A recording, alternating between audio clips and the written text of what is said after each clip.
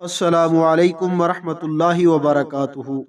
امید کرتا ہوں آپ سب بخیریت ہوں گے۔ چلتے ہیں آج کے عنوان کی طرف۔ آج کی ویڈیو کا عنوان ہے تانبے کے چشمے۔ حضرت سلیمان علیہ السلام چونکہ عظیم الشان عمارتوں اور پرشوکت قلعوں کی تعمیر کے بہت شائق تھے، اس لیے ضرورت تھی کہ گارے اور چونے کی بجائے پگھلی ہوئی دھات گارے کی جگہ استعمال کی جائے، لیکن اس قدر کثیر مقدار میں یہ کیسے میسر آئے؟ یہ سوال تھا جس کا حل حضرت سلیمان علیہ السلام چاہتے تھے۔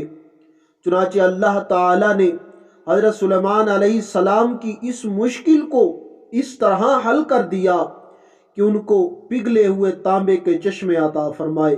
بعض مفسرین کہتے ہیں کہ اللہ تعالی حسب ضرورت حضرت سلیمان علیہ السلام کے لیے تانبے کو پگھلا دیتا تھا، اور یہ حضرت سلیمان علیہ السلام کے لیے ایک خاص نشان اور ان کا معجزہ تھا۔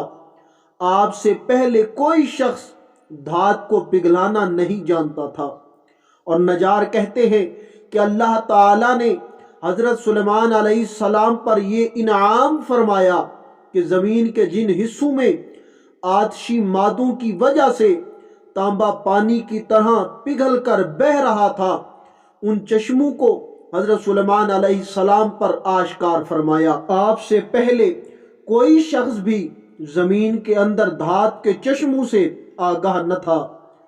چنانچہ ابن کثیر بروایت قتادہ ناقل ہیں کہ پگھلے ہوئے تانبے کے چشمے یمن میں تھے، جن کو اللہ تعالی نے حضرت سلیمان علیہ السلام پر ظاہر فرما دیا۔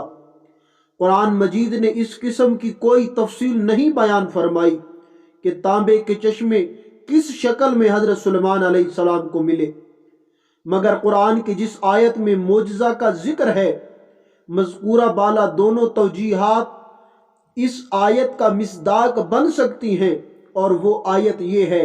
ترجمہ: اور ہم نے ان کے لیے پگھلے ہوئے تانبے کا چشمہ بہایا۔ درس ہدایت: ہوا پر حکومت اور پگھلے ہوئے تانبے کے چشموں کا مل جانا یہ حضرت سلیمان علیہ السلام کا معجزہ ہے جو قرآن مجید سے ثابت ہے۔